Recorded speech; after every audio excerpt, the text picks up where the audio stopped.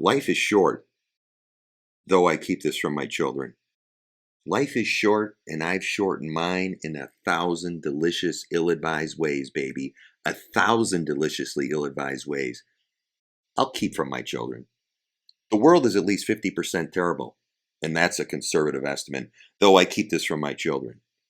For every bird, there is a stone thrown at a bird. For every loved child, a child broken, bagged, sunk in a lake.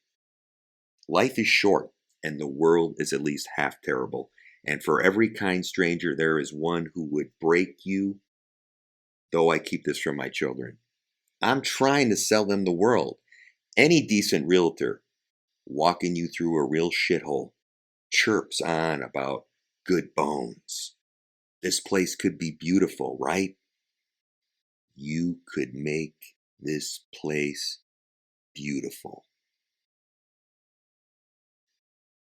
This is the Mac Oligarchy podcast, and I'm your host, Tim Mclone. That was a poem by Maggie Smith called Good Bones. I think I'm batting 2 for 2 when we talk about poems and real world and how it relates to kind of my situation and all the stuff I'm doing. I mean, did you hear that in there? Just the business aspect of it with any decent realtor walking you through a shithole, chirps on about good bones in real life, and the world 50% terrible. Like I talked about in the past, well, you got to see good in everyone. The majority of people in the world are good, though. You got to look at the big picture. They're good. We got some real evil bastards out there, like I said before. A lot of people that can't be helped. A lot of people with mental illness, just batshit crazy. But the majority of the world is decent. And the end of this poem is what it's all about. You could make this place beautiful. And that's no matter where you are in the world, whatever profession you are in, sitting in an office, sitting in the House of Representatives, sitting in the executive branch as the president. That should be should be on your wall. You could make this place beautiful. You could make a difference wherever you're at. I like that. I want to apologize for the last podcast. I was traveling. I had to set up a microphone for an international call. And I was playing around with it in my hotel room, and I didn't have the settings right. And, it is what it is. I think it sounds more authentic. It's your differences that make you unique. So I don't get all upset about this kind of stuff like I did in the past. I know people get really, some of you podcasters, but it's your differences that make you unique. And you don't want perfection in life.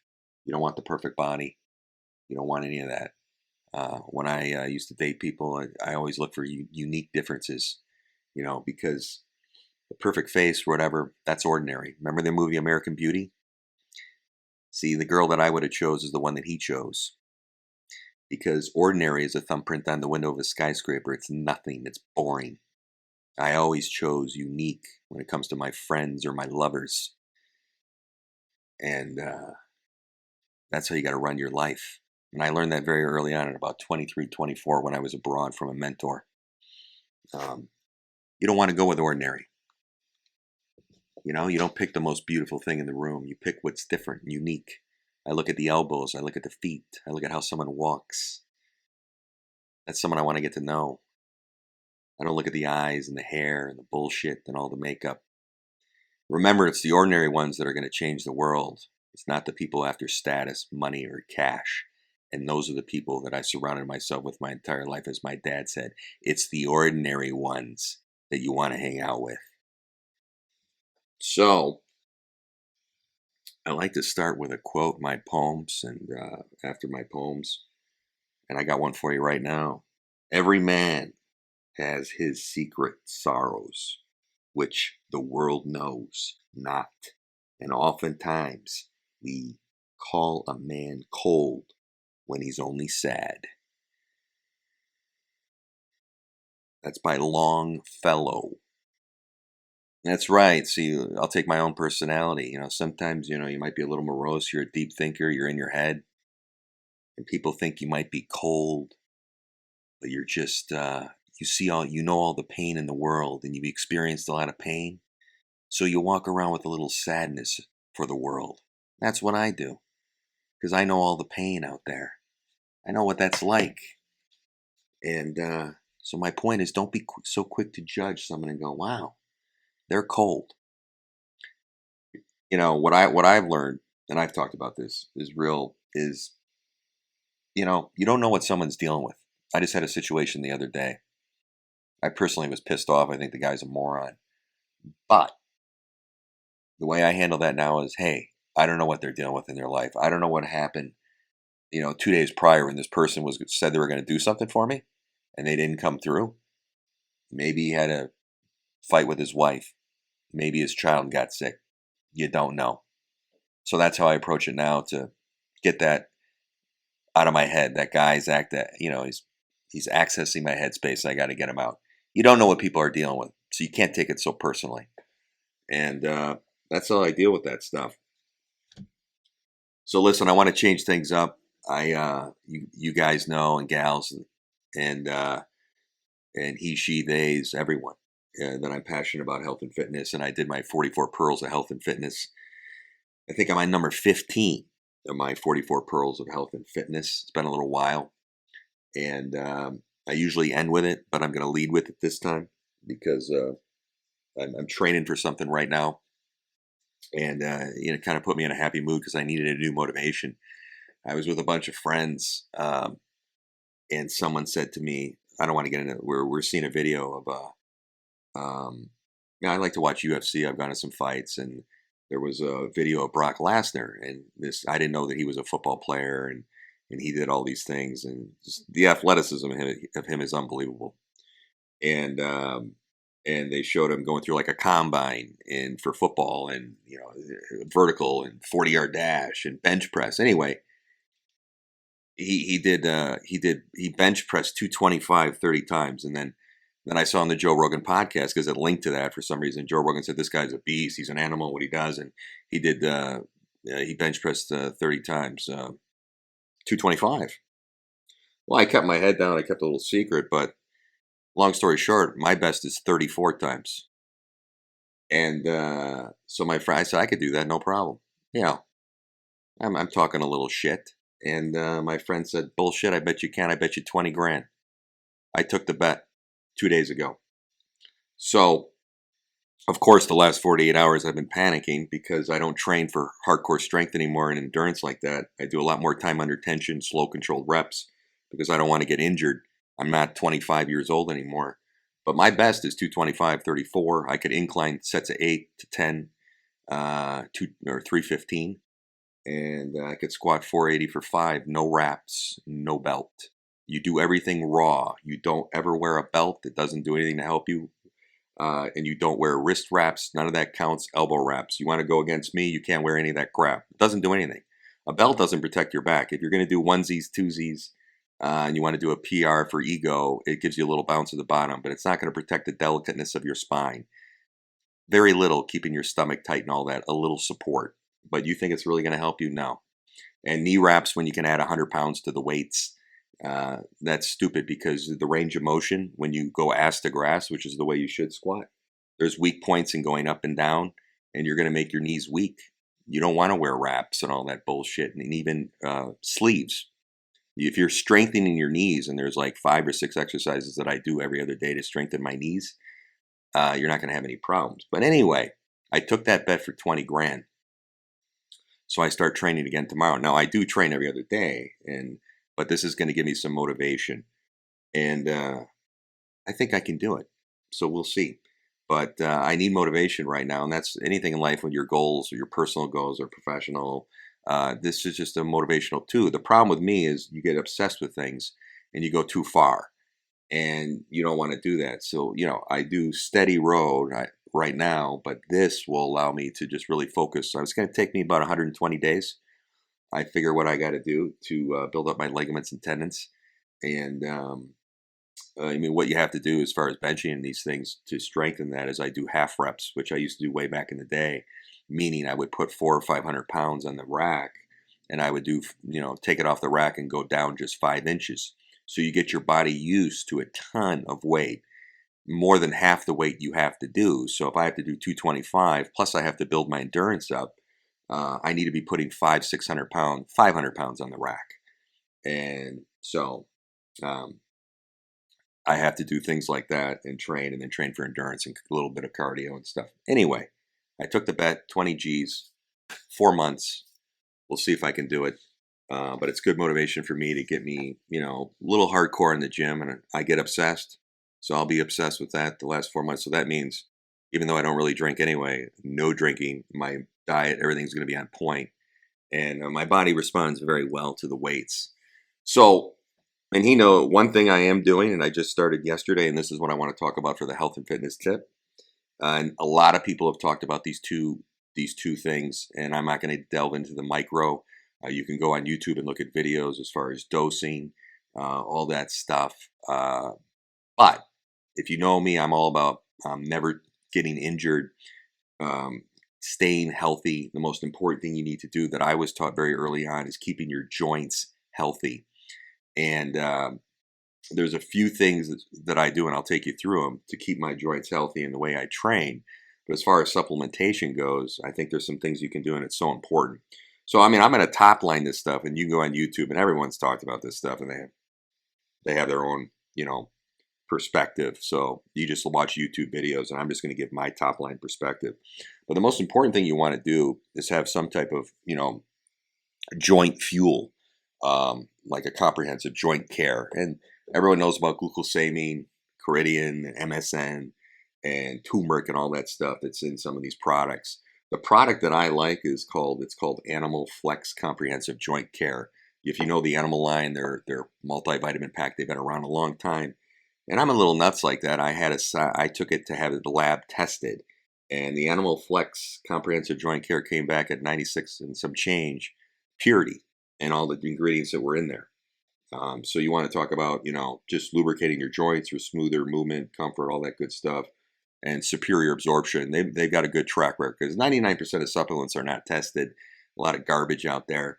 But I do believe in some type of joint care. The clinical double-blind studies on, conjoint and all that stuff, glucosamine, there's some evidence there that it reduces inflammation, helps with cartilage uptake and these things.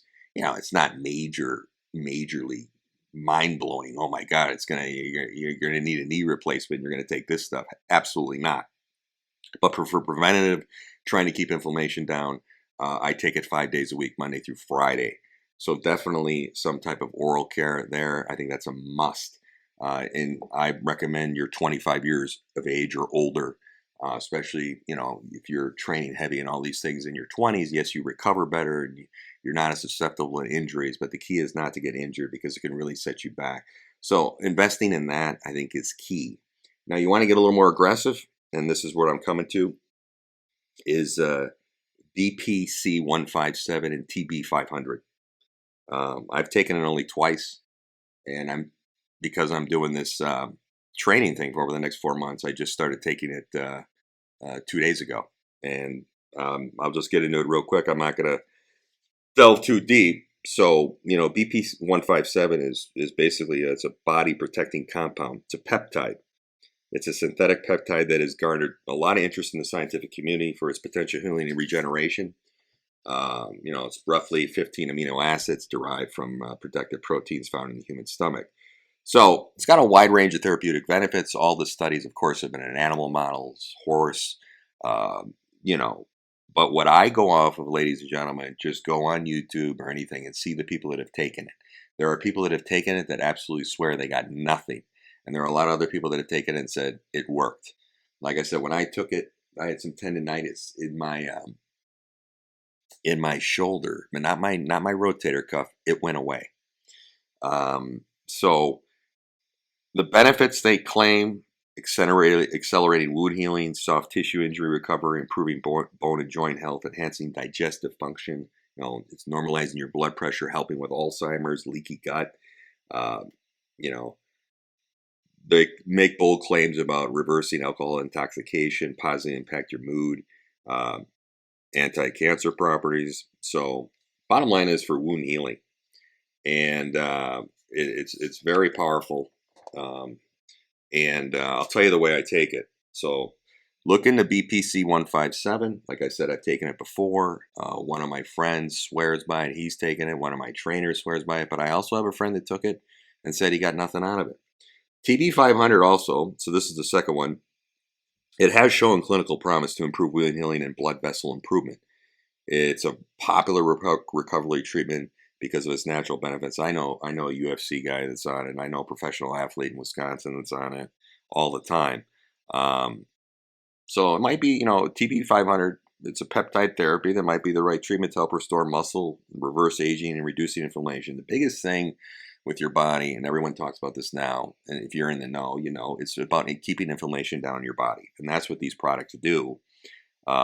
So it's very popular in the athletic and medical communities because it is potential to promote healing and reduce inflammation. So all these anti-aging clinics are offering these products. You can go online if you know where to look. Of course, I'm a nerd, so the peptide place that I get these two products from, I had them tested as well. They came back pretty damn pure. So, so it is improved, TB500 to believe to improve the speed and quality of wound healing and promote the growth of new blood vessels. So the key is, it regulates myostatin and active levels, which open blood vessels capacity to increase stamina, reduce inflammation, improve circulation, speed up the healing of damaged tissue, including muscle, tendons, and ligaments. That's key. And you're boosting the B cells to increase antibodies and creates T cells to improve immune system function. And so both these products, we're not going to spend too much time on this. As far as side effects, minimal: lightheadedness, nausea, dizziness, lethargy, headache, swelling, redness, rash, pain, itching. That's pretty much it. In my opinion, with these products, from all the research that I did, and I've only taken it once before, now I'm on it now, you want to take them together. So you want to take BPC 157 in the morning, and you want to take TB 500 towards the end of the afternoon. And then I take BPC 157 at night before I go to bed on an empty stomach. And I load it in. I'm going to load it in for a week, and then I'm going to back off at night, and I'm just going to take the BPC 157 and 500 micrograms in the morning, and I take 300 to 500 micrograms of TB 500. I have 10 milligram vials, so you can get there. They have an app you can use to measure how much bacterial steril water you should put in. But on a 10 milligram, I put over 3 cc's. I fill it up. And because the standard bottle is 5 milligrams, so I'll go through 2 bottles of 10 each.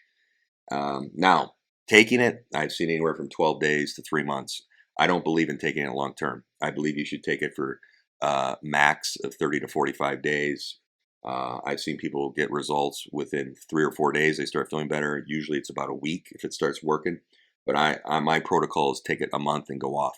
There have been some studies and people said if you take too much, you can actually have the reverse effect on your tendons. And like anything in life, ladies and gentlemen, it's pretty simple. It's about moderation. You don't want to take this stuff long term, but I do know an elite athlete who takes it during the season, and he takes it 4 or 5 months a year. And there was some studies and stuff that I read about possible, side effects, increasing cancer stuff. Very minimal research on that though. But why take it long term? The people that are overall, the studies show short term. I mean, like I said, 12 days to 6 weeks. I'm doing a 30-day run, see how I feel. And then mid through my training, 2 months into my training of this 4-month protocol, 2 months in, I'm going to do another run of a month. Because training, the way I'm going to be training is like I trained in my 20s, and I don't want to risk injury. So I do believe in this stuff because I've taken it. And the people that I follow, I'm seeing more reviews. And I have a friend that does work at a peptide clinic. I'm seeing more reviews from patients and people that have had success with this product than not. But there are people out there that swear they got no results with it. So, like I said, I very early on when I was 24, I met someone in Spain, about 22. And he told me the importance of warming up, rotator cuff movements. Every workout, we were doing those rotator cuff movements with dumbbells. We were using rubber bands way back then. And he said, do that all the time because the upper body, that's the shoulders, are going to get screwed up, Tim, in your neck. And I did that. We did a lot of warm-ups for the lower back and the knees. There's exercises you can do for your knees. I can maybe talk about that one time. And I let it go in my 20s a little bit, but I started actively doing it in my 30s where there's these 4 exercises to strengthen your knee, and I always do those. And then I had an individual said, you want full range of movement, you do everything raw. You don't wear a belt. You don't put a squat suit on. put knee wraps on. He said it makes your knees weaker, doesn't do anything, and that's not real lifting, baby. When you put a squat suit on and put wraps on, you're getting over 150 pounds of help. And try benching without any wrist wraps. That's the way you do it. You do everything raw, and that's how I was taught. But if you do all the secondary work to your body, where you're doing rubber band work on the off days that I don't go to the gym, I do rubber band work. I'm doing knee strengthening training. I'm doing inversion table for my lower back, and then lower back strengthening, where you I have this special table that's old school, where you put your legs in and you go backwards. Like if you laid on the end of a bed and put your legs off your bed and you rotate your legs up. I have a machine that does that, and it strengthens your glutes and lower back. And I've had that for years. So I've been doing all that secondary work, and I do it on my off days. So I can tell you right now, you say, hey, Tim, who the fuck are you? I've worked out with some really good people and some powerful people that were pros, and a lot of pros that I worked out with didn't know what the fuck they were doing when it comes to bodybuilding, and some did. And I worked out with professional football players. I worked out with strongmen. And I have never been injured. And I could do 315 sets of 8 on incline. And I could do 225 34 times on bench at my best at 28 years old. And I'm going to bring it back and I'll do a video of it, see how many I can get. But the reason I think I might be able to do it again is because I've never been injured. I've never had surgery on my rotator cuffs. Never had surgery on my back. Never had surgery on my knees. Never had any major issues except, as I indicated in another video, tendonitis. So what I'm trying to emphasize to you, and by the way, there's no empirical data that cold plunge helps with healing. Do it, make yourself feel good that you're a tough guy or gal, that you can sit there in the water for 10 minutes. If you're an ultra elite athlete, and I've read all the research on it, try it. It does nothing for anti-aging benefits. The best thing to do, though, is after you work out, is sit in a sauna. Not do cold, is sit in a sauna, because the sauna will help create that inflammatory response for healing. But here's the other kicker. You don't need to sit in a sauna for 30 minutes or an hour and think you're David Goggins and be a tough guy. Yes, if you're a Navy SEAL, you have to push back the point of pain because you might have to run to a hole and save someone, and you got to break that pain barrier. So yes, there is benefit of sitting in a steam room for 30 minutes and passing out almost, if you got to do that as a Navy SEAL or what have you. But there's no empirical data that says sitting in a sauna for 10 minutes or 30 is more beneficial. All you need is 10 to 15 minutes. Trust me. Okay, and the same with red light therapy. That's all a bunch of bullshit. There's no empirical data that works, and I'll challenge anyone on that. Don't waste your money. So, with regards to healing, then the fourth thing I do is a product called Adequate. I have a YouTube video on this product. This product is gold. It's prescribed in Europe for humans, and it's prescribed for animals and dogs and cats in the United States. It's same ingredient, so it doesn't matter that it's for vets. But you want to talk about rebuilding joints, bringing in fluid, synovial fluid. There's a lot of empirical data on it, and a rugby team is kind of funny. They used a ton of it, and the word is they had the lowest injury rate. So I've seen it work for myself. I worked out with a strongman in Madrid, Spain, who used buckets of it, swore by it. That's a good product to use too. I may take that. But I'm just going to stick with the peptides right now. I pretty much don't have anything going except a little tendonitis, something in my deltoid, but it's not in my rotator cuff.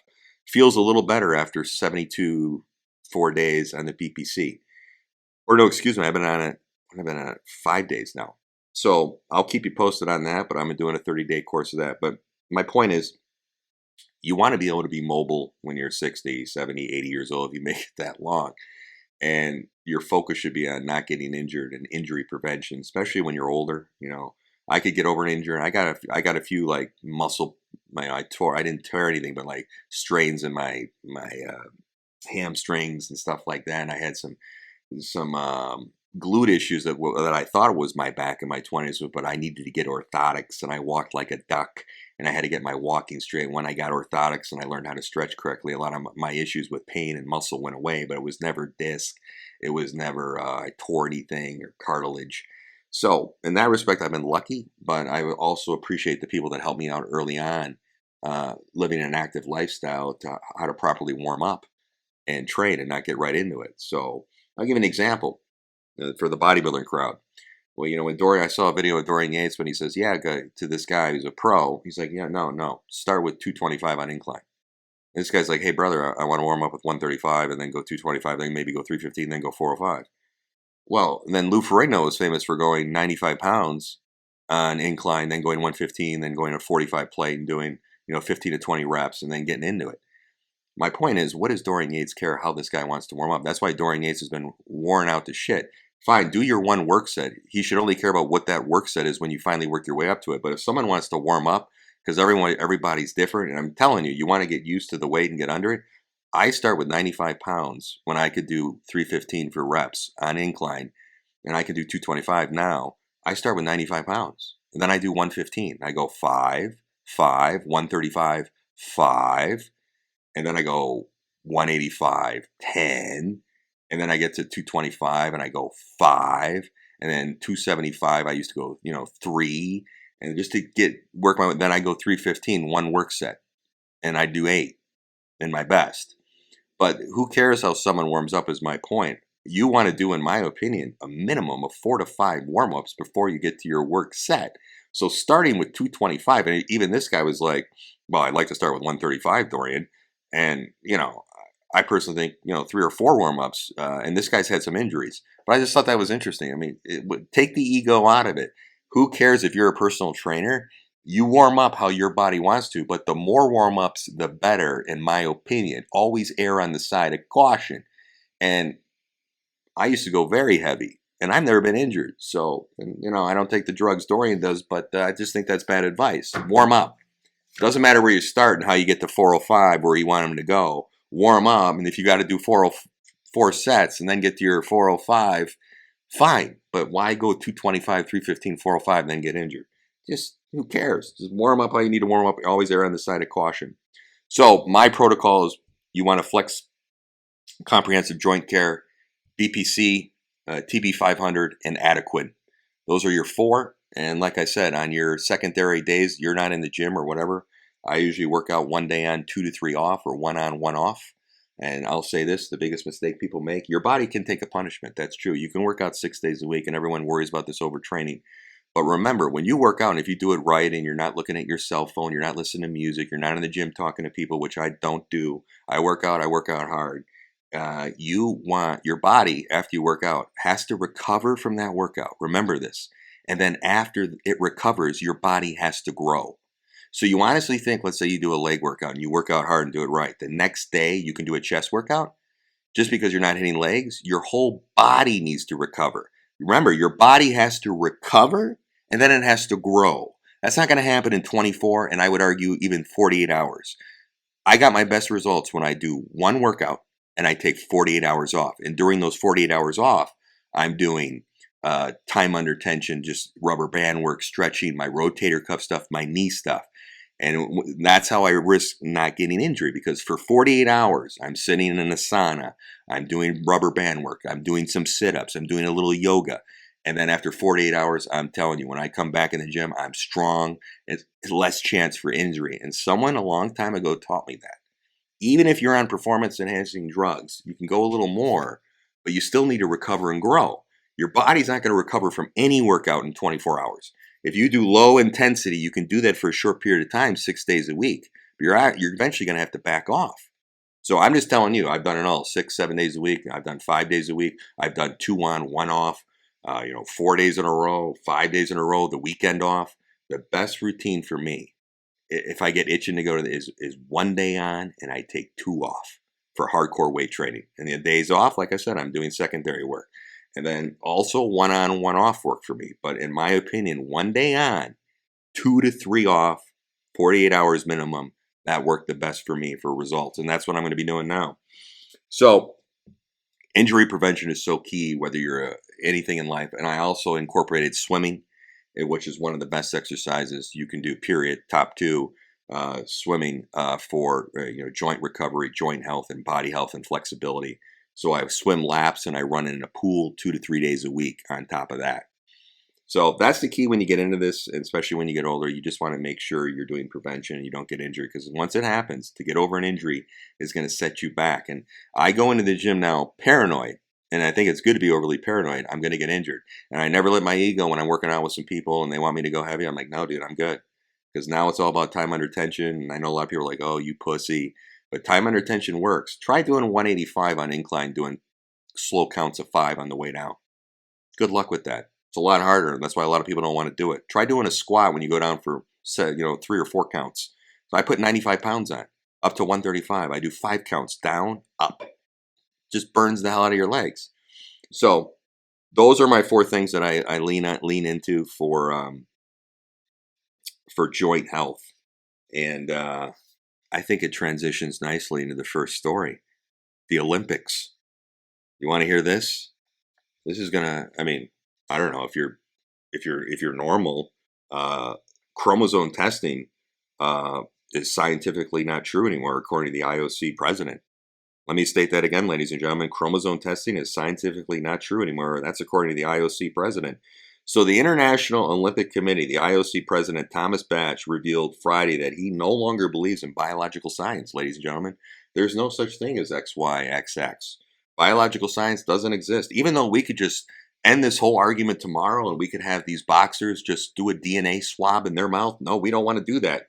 So this gentleman, speaking at a press conference, he was asked about the controversy surrounding the Algerian boxer and the Taiwanese boxer, Lily, I can't pronounce the name. I have dyslexia. I'm sorry. These 2 biological males who have been competing as women, from what I'm reading, and they were tested. I've heard all the controversy, the guy from the Young Turks and these other people that are talking about this, but this is just, come on. Chromosome testing is scientifically not true anymore, according to this person. So the International Boxing Association, IBA, has for its part already disqualified both fighters because DNA testing proved they both, boast the XY chromosome, but the IOC has refused to follow the course. And let me just say this, ladies and gentlemen, the Algerian boxer, there's a picture of this individual. She's got some biceps, man, and her face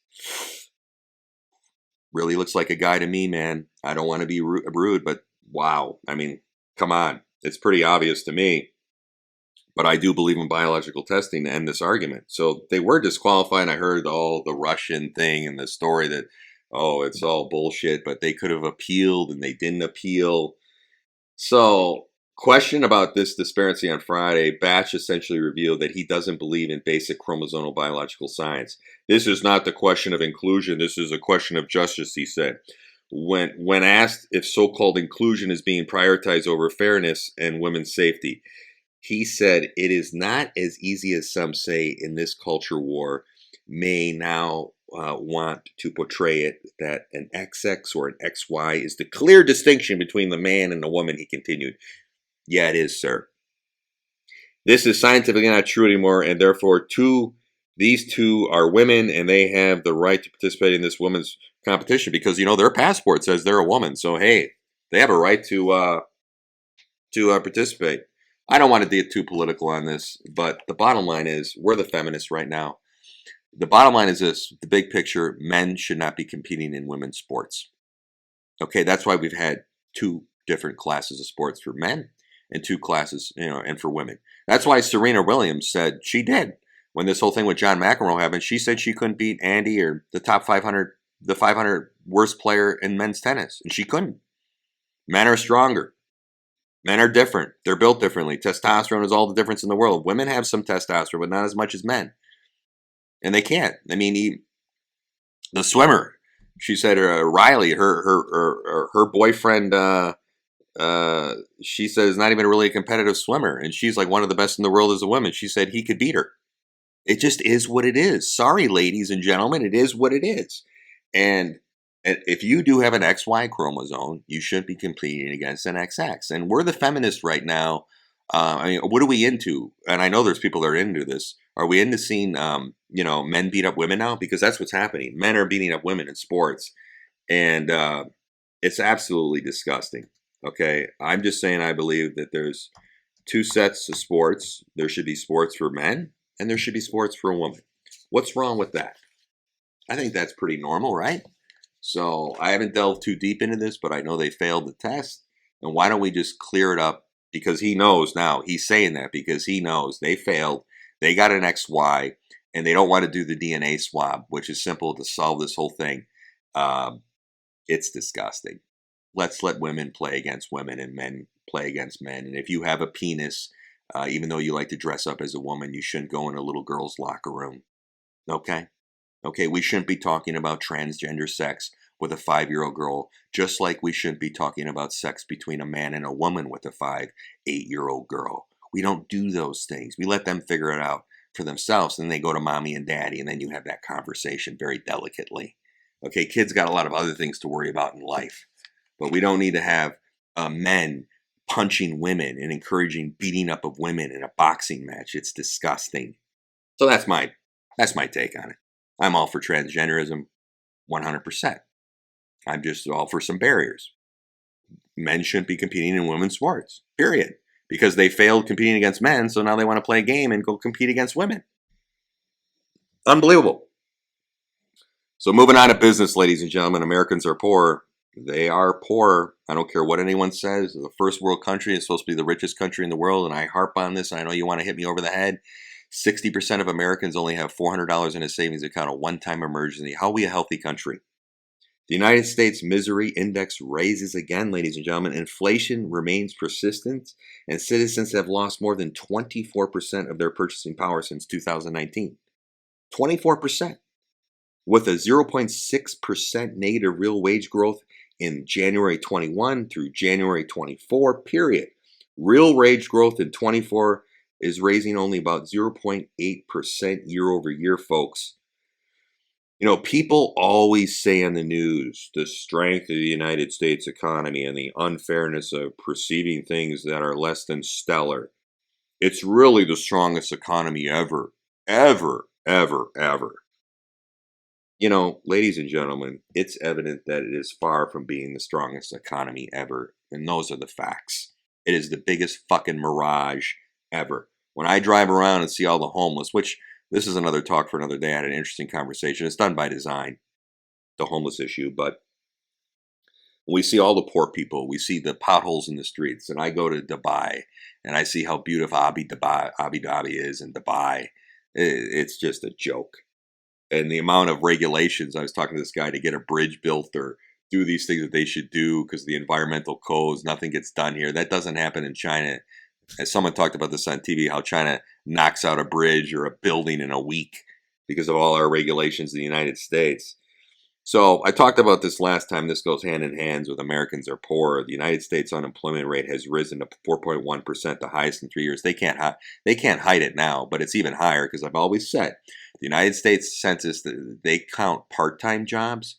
They count people because of the inflation now that have to get 2 to 3 jobs to make the same money they made with one job. So they count those 2 to 3 jobs. Then there's a lot of people that have fallen off. And then you got to look at, well, how many jobs are like 100,000 or more? Those are the least jobs created. Most of the jobs being created are part-time jobs. Any job, let me put it this way, any job under $40,000 a year, they shouldn't count. And if they didn't count that, the unemployment rate would be 40%. The unemployment rate is not 4.1%, it's really 15 to 20%. Okay? So the 4.1%, we'll just go with their number. It's the highest in 3 years, which is also significantly higher than the levels seen since 2019. So in June, and this is their numbers, a 70,000 increase in governmental jobs. Remember, Joe Biden gave federal workers a 5% increase because he wants that vote. So there was a 70,000 increase in government jobs, boosted payroll employment by 206,000. Take those government jobs out of there, and how are we really doing? 1/3 of job creation in public sector jobs paid with more debt, of course. Both the employment to population ratio and the labor force participation rate are below the pre-pandemic level, and immigrants account for all the labor force growth since the pandemic. Let me repeat that, ladies and gentlemen. Immigrants account for all the labor force growth since the pandemic, according to the Bureau of Labor Statistics and Ned Davis research.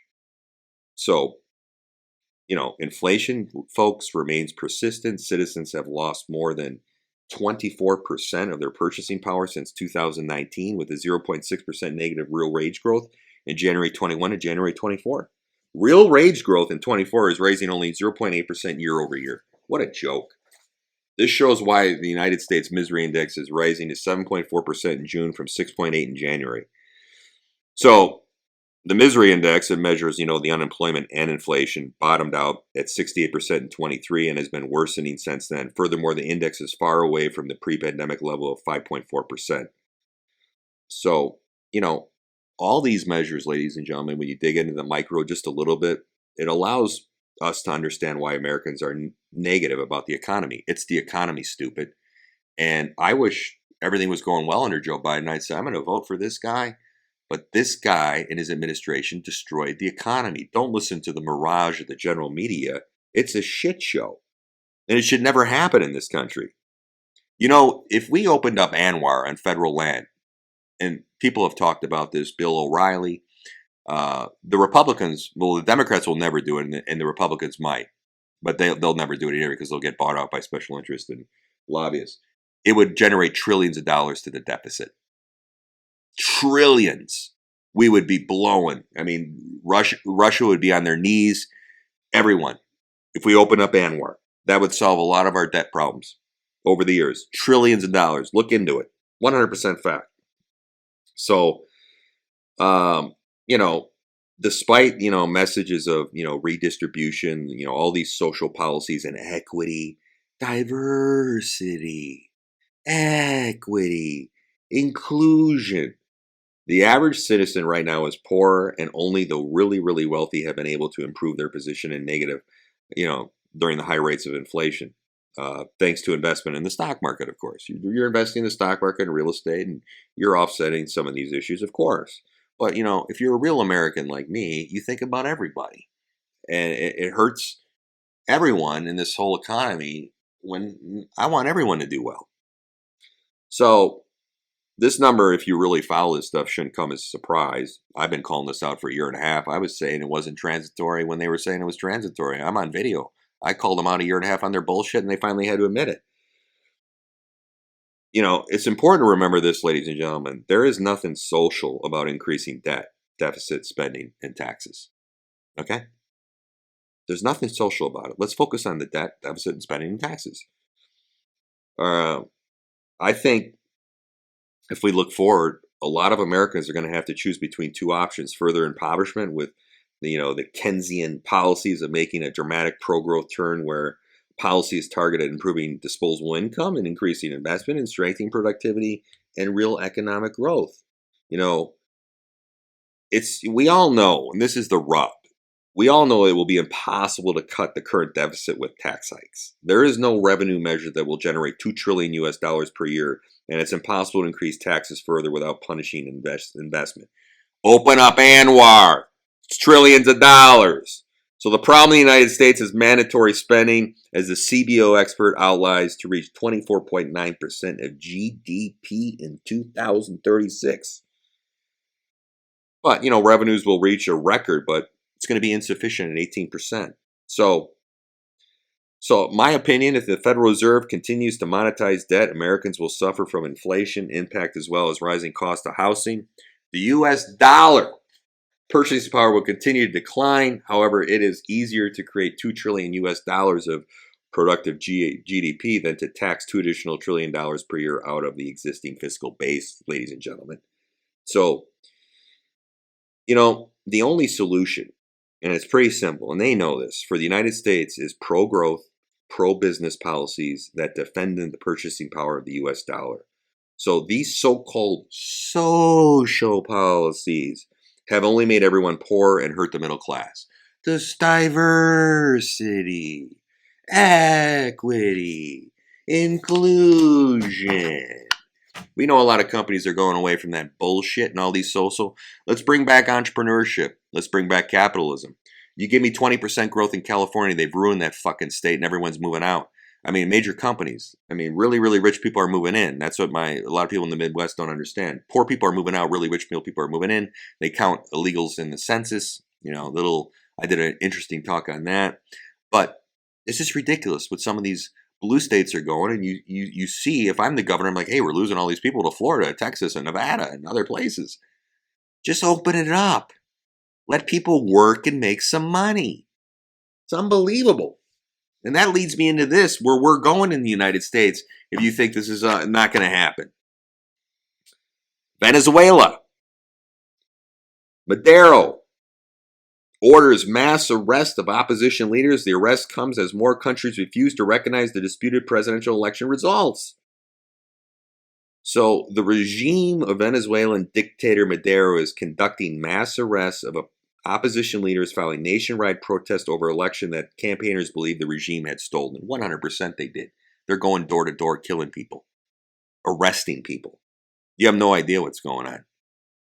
I called a friend in Costa Rica who's got someone he knows kind of around there, and he's like, dude, it's insane. It's insane. So, you ever see the movie, was it Reciprocal? They go to Juarez. They're hanging people in the street. He goes, Tim, you have no idea. So, the bottom line is the situation across the country, my buddy told me, it's continued to deteriorate after the presidential election. And you're even seeing it on the news. They can't hide it. And the opposition has proof that its candidate, I think what Gonzalez, won by a landslide. He didn't just win by a little, he won by a landslide. And you saw the upheaval before the election. People sick of the policies of Maduro. And so the Electoral Council so far has declined to publish a detailed breakdown of the results, folks. Isn't that interesting? The Maduro government has blamed a cyber attack for the delay. Oh, how convenient. That's what's going to happen in the United States. Yeah, sorry, we don't have any results. That cyber attack, all of a sudden in the middle of the night, things are going to change. So protesters took to the streets across the country after the result declaration in what many saw as the biggest challenge yet to 25 years of socialist rule. Coming to the good old US of A. Look what socialist rule is doing to Venezuela. Look what the people are doing. They don't want it. They want to be left alone. They want to take care of their families. They want to make a decent wage. How greedy do you have to be? So the protests subsided a little bit, but arrests of leading opposition figures have continued in the operation dubbed Tun Tun Knock Knock. They even dubbed it Knock Knock because they're going door and knocking on doors and arresting people. Unbelievable. So an opposition leader posted on Instagram that the police broke into her home and took her away, according to the news outlet. She could be heard saying, I asked for help. I asked for help from everyone I can. I did nothing wrong. I'm not a criminal. I'm just another citizen who wants a different country. God, the Virgin always accompany me. Western nations and several South American governments have questioned the official election results even. How sad is that, ladies and gentlemen? I'm not a criminal. I'm just another citizen who wants a different country. Just like the United States, there's people that just don't agree with this direction of the the country. And because they disagree, one side wants to arrest their political opponents. One side wants to, after this election, if they happen to win, say that we're going to come after you because you didn't vote for us. That's Venezuela. We're the United States of America. I don't know. I have different opinions than people, but people have different opinions with me. I want to hear your opinion. At the end of the day, we can have a beer together and still talk. That's what makes America great. Oh, you want to vote for Barack Obama? You want to vote for Trump? Great. No big deal. But to threaten half the country? I mean, you know why? Sorry, I'm not a big gun person. But there is a Second Amendment. Look what's happening in Venezuela. No one's armed. Look what's happening in the UK. No one has a gun. There's a reason for the Second Amendment, and I believe in it. And it's necessary. And this is terrible what's going on in Venezuela. But for you people that are myopic and you don't see that this is happening here, because of contempt charges, you start jailing your political opponents. The other side didn't do that. You don't do that unless it's a serious crime or it's treason, which we sort of have with some people, I think.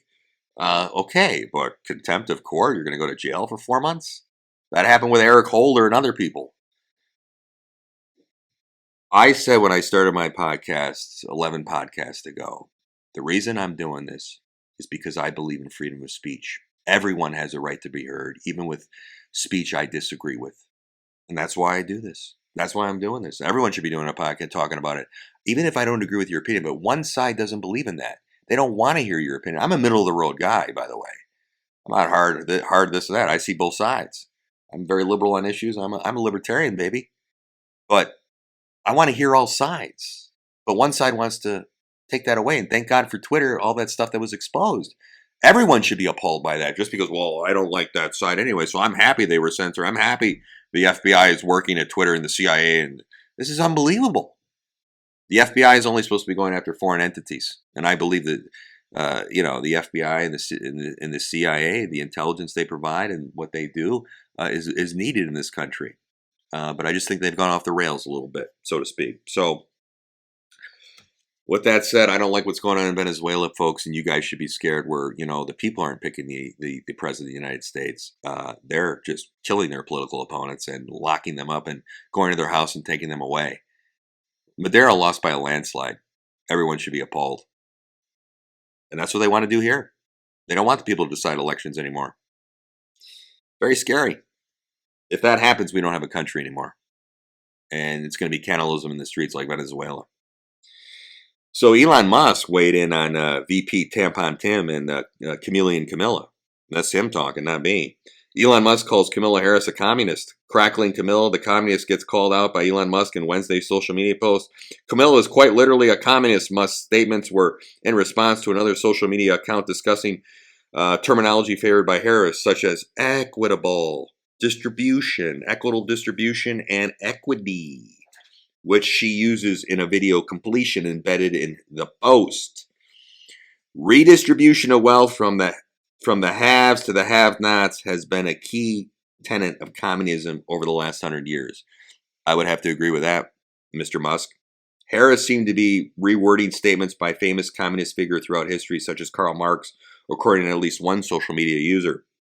So while communism has been ridiculed by its detractors for, its forced austerity, efficient genocide, those like Harris do admit to being a communist. They don't admit. So Harris, she doesn't admit outright that she's a communist. Instead, the American left, they pirate the same ideas, but with a much more loving liberal word choice. It's just a word salad. We're not communists. We're not socialists. We love, no. So she wants to not merely, equal opportunity, but equal outcomes, folks. Kamala Harris is a communist, and her word choices give it away. Equitable distribution, equity. It's repackaged version of Karl Marx. From each according to his ability to each according to its needs, meaning a redistribution of wealth. Sounds like communism to me. This is some research I looked into, and all these people are saying this, including Mr. Musk. Interestingly, the unpopular Democratic vice president does not seem to inspire confidence in her economic goals, and the majority of voters believe she will be the same or worse than the ill-fated Joe Biden has been on the economy. Ladies and gentlemen, it's the economy, stupid for me. I'm not having dinner with Donald Trump or Kamala Harris. I could give two shits about their personality. I'm a little disappointed in her in the way she can't speak off the cuff like Donald Trump. Has a big time problem doing that, and she had a poor favorability rating, and she couldn't even get past the Iowa caucus, 1%. Doesn't poll well before this in the state of California. Highly disliked, 6% only. She's highly unfavorable ratings, and now she's on the national stage, and everyone's going to love her. I mean, come on. The Republicans had a primary. They picked Donald Trump. I'm kind of appalled that, we just do a coup against Biden because his poll numbers are bad. We bring in this person. Don't have a Democratic primary. Don't want to do that. And that's my thing, ladies and gentlemen. Look at the policies.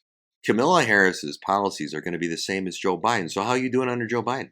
And they're going to be worse. And that's all I look at. I look at the economy. If everything was going great in the economy, my taxes were lower, because I'm getting killed. I just wrote a check to the IRS for a quarterly payment. I had to write it yesterday. I just mailed that sucker in. I pay my taxes. I got to pay a lot of money. So I look at the economy, and you can't sell me on the economy has been doing good. Bidenomics is a joke. It's going to be Camillanomics, the same as Bidenomics, and it's not going to get better. It's going to be on steroids with her, because all the illegals are going to get amnesty. They're going to get health care. I got a doctor that runs 4 urgent care centers. 99% of his patients are illegals with no insurance. He gets government subsidy. He's killing it, by the way. He's killing it. It's unbelievable.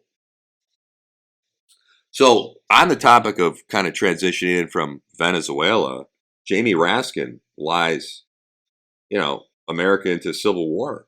This guy's unbelievable. Congressman Jamie Raskin is floating a manufactured civil war by falsifying the 14th Amendment in order to disqualify Trump from office. So he's basically saying, hey, Trump's going to win.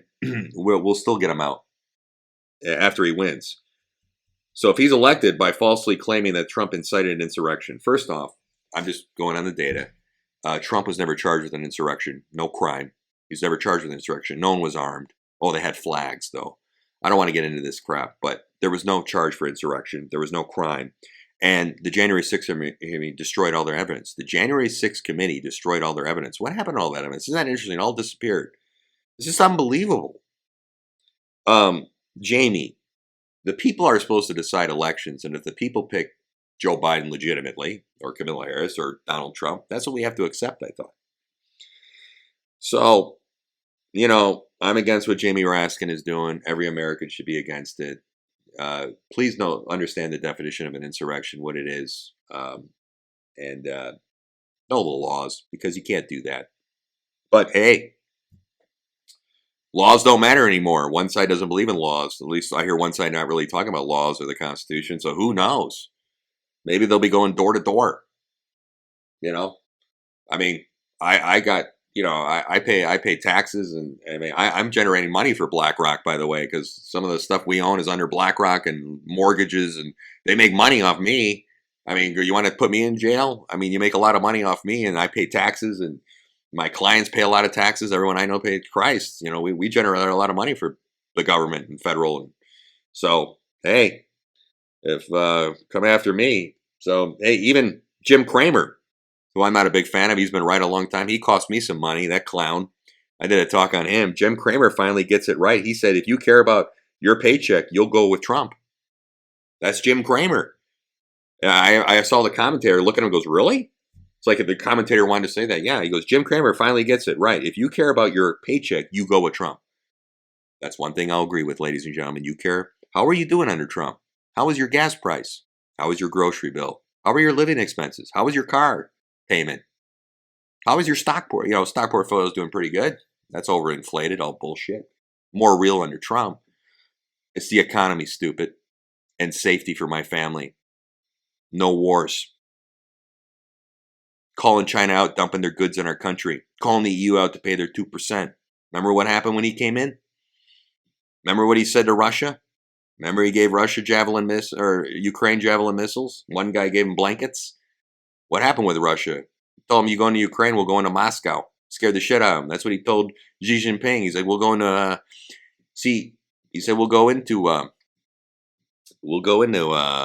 your little back house door and take you out. See, when you manage peace through strength and you're unpredictable, your enemy gets a little nervous and not willing to attack you. When you're predictable, that's not a good leader. You want to be unpredictable and you want to be strong. We don't have that right now. I'm just saying I felt safer and I was making more money. So Jim Cramer of Mad Money, CNBC, he gave some advice on how to vote. And if people value their money, he said, you go with Trump. And you care about your finances, he said, something not many on television are willing to say, ladies and gentlemen. So Jim, as much as you have been wrong, even though you ran a hedge fund, you're a pretty smart guy. I don't know if you've been wrong purposely. I commend you for your honesty, because that's what's important to me. Is I don't care about personalities. I care about my pocketbook. I think I'm already paying enough in taxes. So if you're in the stock market, if you care about your paycheck, you go with Trump. That's what I'm going to do. That's what he said. I don't know what happened to him. Oh my God. And when he said that, David S. Faber said, you do? You do, Jim? Yeah, well, if he wants to cut your taxes, Dave, Cramer pointed out. So the X community pointed out Cramer, dismal prediction record, which I just said, which is pretty bad. See, I'm looking at both sides. Maybe Cramer could be wrong.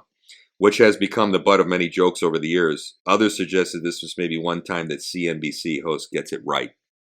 Jim, I'm going to bet on you that maybe this is the one time you get it right. You got it right, and you told the truth. Good for you.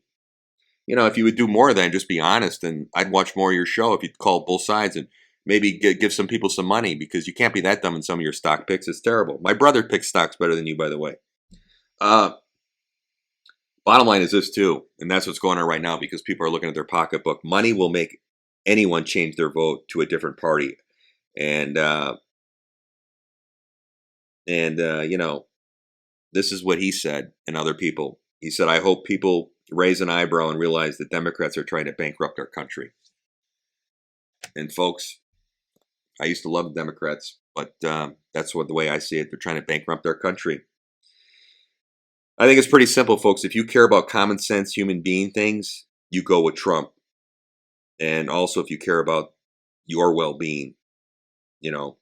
So if you care about, it's pretty simple to me, your paycheck, your taxes, your retirement, home ownership, interest rates, inflation, groceries, gas, electricity, free market, global peace, American strong borders, legal immigration, all for immigration, but legal, and law and order, and the right to defend yourself, then you know which side is clear to go with. The Biden-Harris economy, 1.2 million fewer Americans in the workforce as all job growth goes to foreign workers. Did you hear that? All job growth goes to foreign workers. So I don't want to get too deep into this. I'm going to change my tune here. The far left Kamala Harris VP pick, Tim, got my name. He promoted the BL riots, stolen valor, pro-immigration, legal immigration, not legal, illegal immigration. Radical politician. He's branded as a moderate. A lot of this stuff's coming out about this guy. Love to go to China, bring students over to China, went to China and worked for a while, loves it. Pretty interesting stuff. Tim Walz called Trump a fascist, threat to democracy, a week after the assassination attempt. Can we just bring people together? This guy gets assassinated. If Tim got attempted assassination, he would have ran under that podium and crawled off the stage. So it's pretty simple. Walz supports open borders. He supported defunding the police. I'm sorry, I believe in the police. And Walz supports confiscating guns. What does that tell you? But here's the sad truth. Tim and Camilla are raising millions from liberal billionaires. Liberal billionaires, they're raising billions because they believe in open borders and defunding the police and confiscating your guns. They have their private security, the billionaires. They have their secret private security force. Hillary Clinton has her own private security, but you can't have that. No. Rules, So there are a lot of billionaires now that are going to the other side. At least they're saying it. And I just don't know. It could get so bad where you got to hide. It's going to be like the movie District 9. You think you're going to be safe in your compound? I told the story about Mark Zuckerberg building his little compound in Kauai or Hawaii or wherever. And over 1,000 workers were involved. And the workers came out and said, we know where he is. And if things ever get bad, we're taking over his compound. We built it. And that's my point. You can't hide in Fiji, the CEO of Google. Been to Fiji a bunch of times, pal. You can't hide. It could get so bad you think you're going to be able to hide and you're not. You guys are pushing too far. Too far. Okay? So these guys are going to take the country off a cliff. So this guy Walz, they didn't take the nice Jewish boy out of Pennsylvania, which would have been a better pick in my opinion. She caved to the Hamas wing of the party. And I have to say, you're Jewish and you're going to vote Democratic because you vote on ideology? They just spit on the Jews. I don't know. I'm not a political animal. I'm a business guy. I'm just trying to look at this stuff because of how it affects business. To characterize Tim as left or right is unreal. He's right down the middle. He's in the heartland of America, she said. Yeah, right. Tim Walz is wonderful. Oh, man. Morning Joe loves this guy. He's the heartland of America Democrat, Pelosi added. He was the chair of our Veterans Affairs Committee. I don't want anyone to forget that because he made tremendous gains for our veterans. 25 years in the National Guard, longest serving non-commissioned officer ever served in the Congress of the United States. So he brings the security credentials. He brings the moral credentials. Wow. All this stuff coming about his military background, I'm not going to get into that. Doesn't look good for him, though. And now they're just saying, well, he misspoke. No, he lied. Looks like he lied. Jesus. Unbelievable. So, Waltz even set up a hotline for citizens to report peers who violate the COVID-19 mandates during the pandemic. Oof. Waltz also allowed the 220 BLM riots to destroy major cities in his state and crack down on citizens during COVID-19 lockdowns in authoritarian fashion. Ooh, they loved that power during COVID, didn't they? And this is the big one, ladies and gentlemen. Tim Walz is the governor who just changed the Minnesota flag to resemble the Somali flag. No Jews allowed on the Democratic presidential ticket. So I think she had a picture perfect. I look at both sides. I think she had a picture perfect vice president nominee pick with Josh Shapiro, the governor of Pennsylvania. I mean, they would have won Pennsylvania with him hands down, maybe. Uh, he's young. He's 51. He's a smooth talker. And he's seen as a fairly moderate guy, at least on the surface. Who knows what he's doing behind the scenes? Above all, he's the popular governor of a state Harris must win. Instead, Harris goes with Tim Walz. It doesn't make any sense. I put myself in that strategy room. I'm picking Josh Shapiro 100%. And go fuck yourself, the Hamas wing, which is still going to vote for you over Trump anyway. That's what you tell him. You go to the two states, you go, hey, go fuck yourself. Go ahead. Go ahead. You want to vote for Trump? No. You vote for us. I would have pushed for Josh Shapiro, man. Like I said, I'm looking at both sides. Don't pigeonhole me into one corner. So I just think Tim Walz, he's an aging, radical, open border socialist with DUI to his name and questionable service record. Right now, ladies and gentlemen, his service record, he's a liar. It looks like I'm not, don't quote me on that, but things don't look good for him there. And, and he allowed Black Lives Matter and Antifa to burn down Minneapolis. So, the thing is, I don't want to be rude and comment on someone's age, but this guy's only 60 years old. But when you look at him, he looks 15 years older. He looks like he's 75. So, what's the strategy-wise? Minnesota is safely in Camilla's column, pretty much, unless they're really mad about the riots. So why go with that guy? Go with the other guy where you need Pennsylvania. It doesn't make any sense from a strategy perspective. And Waltz, he just looks like an old tired. You want to hear? Here's me identity politics. He looks like a tired white guy. This is the wrong guy. You want to go with someone vibrant. Like I always said in my last podcast, it'd be nice if we had two younger candidates on the Republican and Democrat side, but we don't. I mean, you go with the white aging guy, and you got Minnesota probably locked up, and you need Pennsylvania, and you don't go with Josh Shapiro. I think it's a dumb move. A dumb move on the Democrats' part. Listen, I'll tell you how micro I get into this. I registered on the Democrat website and the Republican. And let me tell you how micro and I call up both sides. The Democrats allowed me to cancel my monthly fee, okay? But the Republicans, they didn't have a cancel field. They didn't have a cancel button, those dirt bags. So I couldn't cancel my Republican $35 fee a month. But the Republicans allow me to, or the Democrats allow me to cancel. So I'm calling out both sides. What a bunch of scumbags the Republicans are on the social media and their website. They didn't allow you to cancel. It was hard for me to cancel. You know what I had to do? I had to cancel my credit card. But that's not me saying, well, now I'm not going to vote for what I believe or some of my morals. But, I just look at all the micro, and I don't like the people that are all about the money. Give me an option to give your campaign, but if I want to get out of it, let me cancel. Take that to heart and change your settings, please, at the Republican committee. But I give to both campaigns. I did to see how it worked and whatever. And I just canceled them both. But here's my to the Democrats. You allowed me to cancel my monthly fee, so I appreciate that. So you Republicans, you dirtbags, you need to stop doing that kind of stuff. But it's all about the pocketbook for me and feeling safe in this world for myself and my family. And I don't feel safe right now. And I pay a lot of money in taxes, and I work hard, and I just want to be left alone. I just want to make a little money, and I just want to remember I saw when this country was great, when it was good, man. When and all my international friends, we get along great. We're all sick of this bullshit too, and it's a beautiful country, and it's being destroyed from within, not externally, but from within. And you got to ask yourself that question. Don't look at the political candidates. Look at the policies these candidates are talking about. And right now, Should scare you that one side hasn't done a press conference in 17 days. One side doesn't want to do debates. Sorry, one guy went into CNN and gave up all concessions. It's his turn to go to Fox News.